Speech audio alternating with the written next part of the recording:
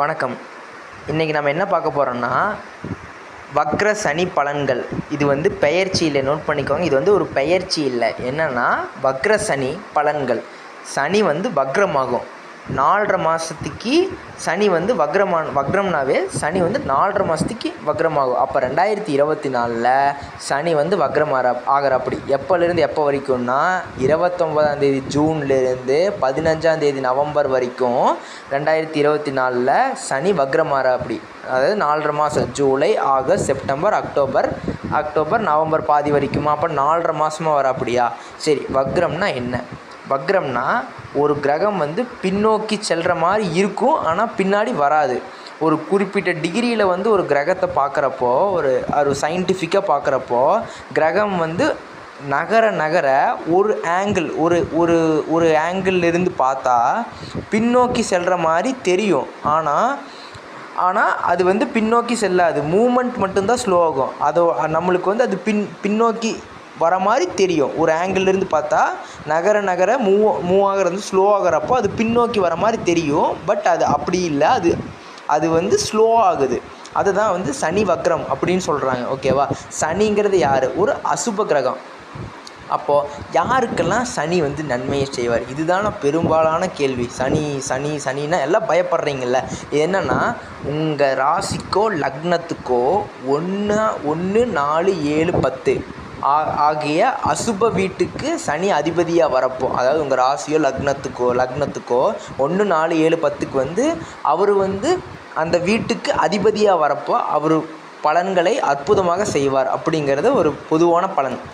இப்போது உங்களுக்கு வந்து சனி தசை நடக்குதான்னு பாருங்கள். சனி வக்ர பயிற்சி அப்படிங்கிறது வந்து சனி தசை உங்களுக்கு இப்போ நடந்துச்சுன்னா அமோகமாக இருக்கும். அப்போ சனி தசை இல்லை அப்படிங்கிற பட்சத்தில் 15 to 20% தான் நடக்கும், ஒரு நன்மை நடக்கும். ஏன்னா சனி தசை இருந்துச்சுன்னா பலன்கள் அமோகமாக இருக்கும்.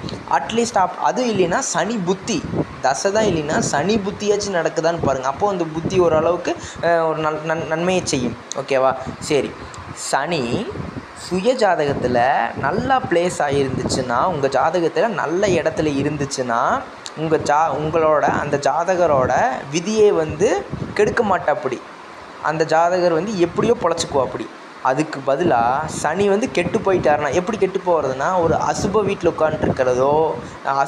உட்கார்றதோ இல்லைன்னா வந்து சனி வந்து ராகுவோடையோ கேதுவோடையோ செவ்வாயோடையோ அசுப கிரகத்தோடு சேர்ந்துருந்தா, மறைஞ்சிருந்தா, 8, 12 மறைஞ்சிருந்தா, இந்த மாதிரியெல்லாம் இருந்தால் கொஞ்சம் பெரிய பிரச்சனை. அது வந்து நம்ம அந்த ஜாதகருக்கு விதியை வந்து அவ்வளோதான், விதியை வந்து ரொம்ப இது பண்ணிடுவார், கெடுத்துருவார். அப்போது சனி வந்து உங்கள் ஜாதகத்தை எடுத்து சுப வீட்டில் உட்காந்துருக்கா, சுப கிரகத்தோட பார்வை சேர்க்கை இருக்கா, அதாவது குரு இந்த மாதிரி வந்து வளர்பிறை சந்திரன் இதோட எல்லாம் சேர்ந்துருக்கா, இந்த மாதிரியெல்லாம் இருந்தால் உங்களுக்கு பலன்களை அமோகமாக செய்வாப்படி. உங்கள் விதி வந்து நல்லாயிருக்கும். இதுதான் வந்து சனியோட காரகத்துவம். வணக்கம். நம்ம இன்றைக்கி வந்து சிம்ம ராசிக்கு வக்ர சனியோட பலன்கள் எப்படின்னு பார்ப்போம். இந்த வக்ர காலகட்டம் வந்து 29ஆம் தேதி ஜூன் 2024 15ஆம் தேதி நவம்பர் 2024 வரைக்கும் இருக்குது. சரி, சிம்ம ராசிக்கு வந்து 6, 7 அதிபதியாக சனி வராரு. 6ஆம் வீட்டுக்கு 7ஆம் வீட்டுக்கு அதிபதியாக சனி வராரு. நான் ஏற்கனவே ஒரே ஒரு ரூல் சொல்லியிருக்கேன். என்னென்னா 1, 4, 7, 10க்கு அசுபர், அதாவது கேந்திர இடத்துக்கு வந்து 1, 4, 7, 10க்கு அசுபர் வந்து வீட்டின் அந்த கேந்திரத்துக்கு அதிபதியாக வந்து வக்ரம் அடைஞ்சிட்டா அந்த காலகட்டம் அமோகமாக இருக்கும் அப்படின்னு சொல்லியிருக்கேன். சரி, அப்போ 6க்கும் 7க்கும் அதிபதியாக சனி வராரு சிம்மராசி சிம்ம லக்னத்துக்கு. அப்போது 6ல் சனி இருந்தால் என்ன பண்ணுவார் அப்படின்னா, வெற்றி மேல் வெற்றி, ஒரு தடைகளை தாண்டி வெற்றி கொடுப்பாரு.